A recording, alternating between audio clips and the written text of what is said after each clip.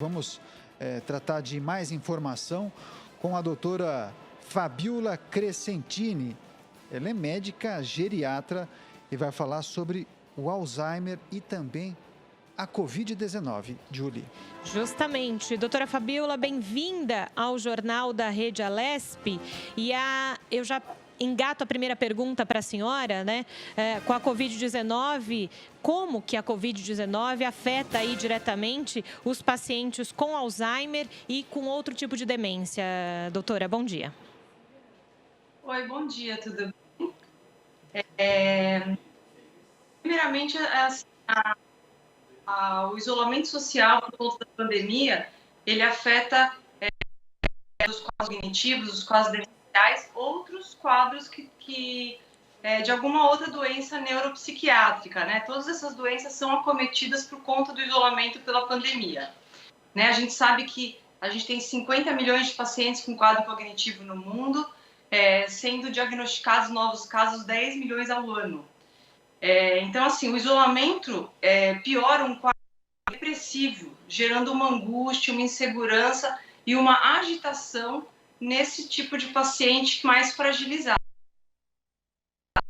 Uma relação importante entre a demência e alguns quadros de demência até abrem com alteração de humor, com um humor depressivo.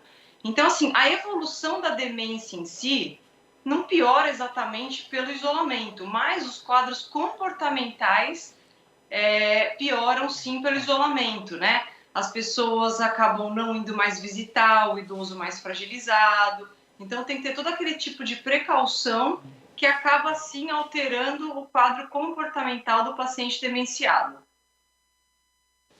Legal, doutora. Eu queria que a senhora também explicasse para a gente por qual razão, neste momento, as famílias, os cuidadores e mesmo as pessoas com Alzheimer têm sofrido tanto nesse período de pandemia do novo coronavírus. Conta para a gente um pouco desse dia a dia das pessoas que estão envolvidas com esse problema. Sim, o cuidado dos pacientes demenciados fica muito mais dificultoso, mesmo porque o fluxo de pessoas dentro da casa tem que ser reduzido. Então, assim, a gente tem diversos graus de demência, mas considerando um grau mais avançado, onde o paciente tem menos funcionalidade e precisa de auxílio para a maioria das atividades básicas de vida diária dele, é muito comum a rotatividade de cuidadores, né? Então, eles se revezam muitas vezes em 4 pessoas.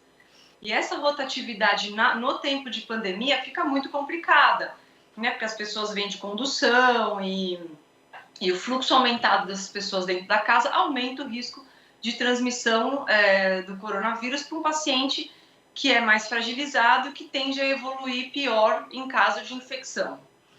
Então, o que a gente está orientando é que os cuidadores, eles se revezem, a depender da possibilidade de cada família, mas de repente ficando uma semana cada cuidador na casa para rodar menos, né? Cuidados de higiene se mantêm, como entrada de sapatos na área externa para dentro da casa. Tem cuidadores que já deixam a própria vestimenta dentro da casa para que não venham com roupas da rua para dentro, tomam um banho, já colocam uma roupa mais privativa e diminua o fluxo dessas pessoas. O cuidado no paciente demenciado é um pouco mais peculiar por conta do déficit de memória que eles têm. Então, eles acabam não lembrando por que não pode sair de casa, ou por que tem que lavar as mãos, e com qualidade. Então, tem que lembrá-los de que tem que higienizar as mãos pelo tempo eficiente, né? E, inclusive, assim, essa dificuldade de conversa é até difícil para os profissionais de saúde conseguirem tirar os sintomas, né, em caso de alguma afecção aguda, porque eles não sabem verbalizar o que está sentindo. Então, muitas vezes acaba tendo uma internação desnecessária pela dificuldade na retirada da história e dos sintomas que de fato eles estejam sentindo. E, doutora, eu lia com relação ao comprometimento cognitivo, perda de memória, e nesse momento, esses cuidados básicos de segurança com um paciente de Alzheimer, fica um pouco mais complicada essa situação com eles.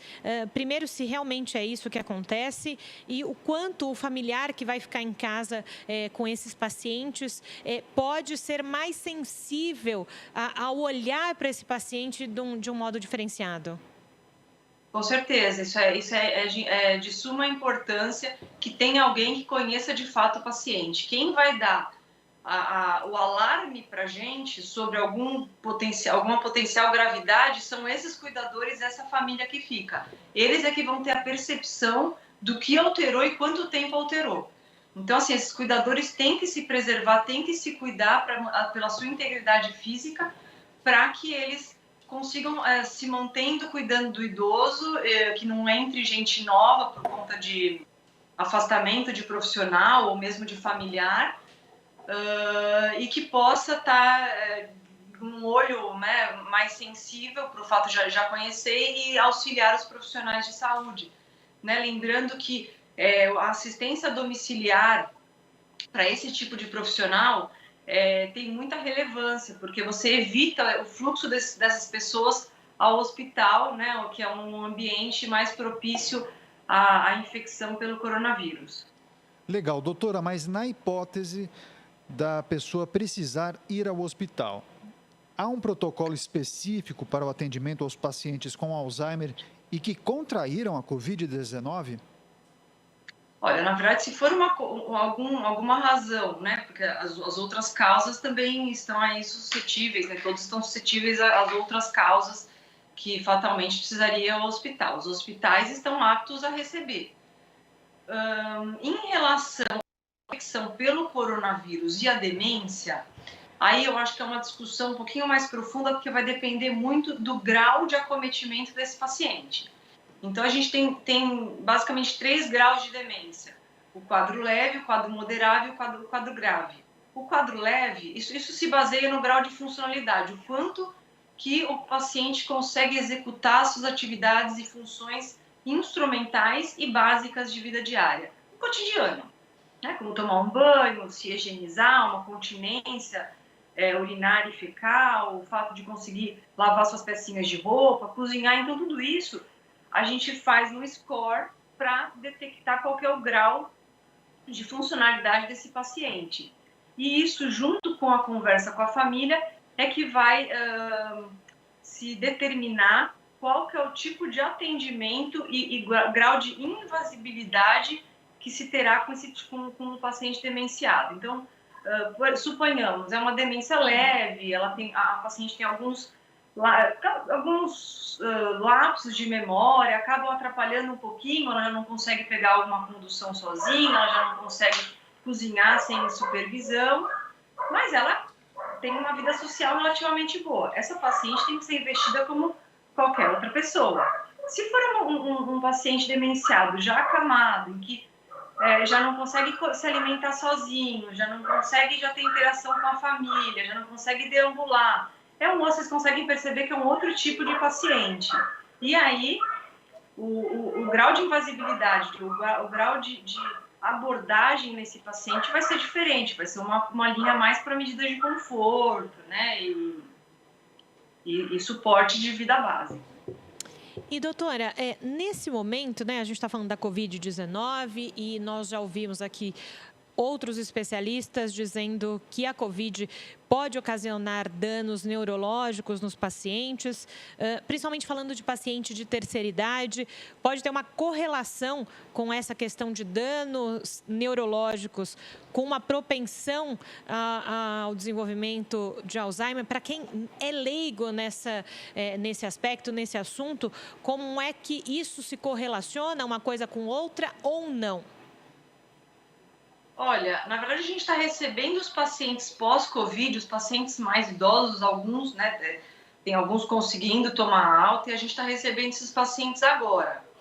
O que a gente percebe é que, assim, pacientes que já tinham déficits neurológicos prévios tende a piorar pós a internação pelo Covid, sim. Apesar de que toda internação, quando o paciente já demenciado, já cognitivamente tocado, ele interna, geralmente ele sai com um degrauzinho abaixo, geralmente ele sai pior e com o tempo ele pode recuperar a parte da cognição, às vezes não. Então a gente está recebendo esses pacientes agora. Pacientes que eram intactos do ponto de vista cognitivo se mantiveram cognitivamente bem. Pacientes que já tinham comprometimento voltaram piores. Perfeito. Doutora, eu gostaria também que a senhora explicasse para a gente quais são as lições que, inclusive, os profissionais que trabalham com pessoas com Alzheimer acabam levando dessa situação pandêmica. Existem alguns protocolos que estão sendo revistos ou mesmo aprimorados para esse período pós-pandemia. Que lição a comunidade médica que trata de pacientes com Alzheimer está carregando e vai levar para o futuro? Eu acho que esse tipo de cuidado, de higiene, eu acho que a gente tem que adequar para o nosso cotidiano, né? Esses cuidados no contato com o paciente, eu acho que, eu estava até conversando com algumas colegas, acho que muitas vezes, né, a gente acaba atendendo um paciente gripado e não tem a menor necessidade de você correr o risco, mesmo que fosse uma gripe simples.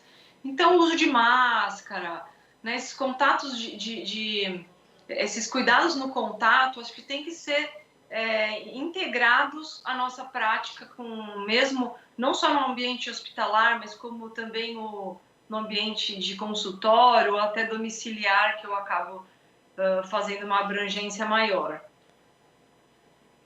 E, doutora, claro que nós estamos, digo nós, toda a sociedade, estamos aprendendo com esse vírus, com essa pandemia. E, claro, principalmente vocês que são profissionais da saúde, que têm esse trato diário com os pacientes, aprendendo ainda mais. Daquilo que veio, que chegou aqui no Brasil lá em março, do que a gente sabe de tratamento, de como lidar com os pacientes, para hoje, depois de quase 3 meses, quais as lições efetivamente para a terceira idade, para o idoso, né? Se fala sempre, né, que o risco máximo, né, de deixar o idoso em casa, de não sair, se precisar sair, alguém ajudar nessa saída, mas principalmente com essa terceira idade que a senhora trabalha há tanto tempo e é a sua especialidade, o que se aprendeu nesses 3 meses? Você está falando em relação a que tipo de idosos? Os pacientes mais funcionais ou mais disfuncionais? Dos dois aspectos. Seria interessante para quem está vendo e ouvindo a gente entender essas duas realidades. Tá. Então, assim, a gente já está em quase 3 meses, né, de que a gente solicita o isolamento social. Essa solicitação ainda se mantém para o grupo de risco e para os idosos, porque ainda não está, a curva de morte ainda, em algumas cidades, em alguns estados, ainda não estão caindo. A gente sabe que o isolamento está se afrouxando por conta dessa questão econômica, principalmente, então os estabelecimentos já estão sendo abertos, né? Eu acho que com toda a precaução, acho que isso dá para ser feito, com precaução, reduzindo aí a entrada de pessoas para que não haja aglomeração, e os pacientes de alto risco idosos ainda devem se manter em casa com todos os cuidados em relação à redução de fluxo de pessoas na casa, com auxílio dos mais jovens para manutenção de compras e dispensa de medicações, para que as medicações não acabem faltando e o paciente acabe instabilizando por outra questão clínica, né? Por exemplo, um diabetes compensado por falta de medicação. Então, esses cuidados ainda assim são preconizados, tá? A gente sabe que os mais jovens agora vão acabar saindo para fazer, né, para abrir os estabelecimentos, mas os cuidados com os idosos e a população de alto risco tem que manter. É isso aí, conversamos com a médica geriatra Fabiola Crescentini. Ela discorreu, nos explicou um pouco os desafios do tratamento dos pacientes com Alzheimer em meio à pandemia por coronavírus. Doutora, muito obrigado por sua participação, pelas informações e pela gentileza em atender ao nosso convite. Obrigada a vocês pelo espaço. Obrigada, doutora. E a gente segue informando, né, Daniel Caniato, aqui na Rede Alesp, informações importantes. Com certeza, 11 horas com 39 minutos. Agora seguimos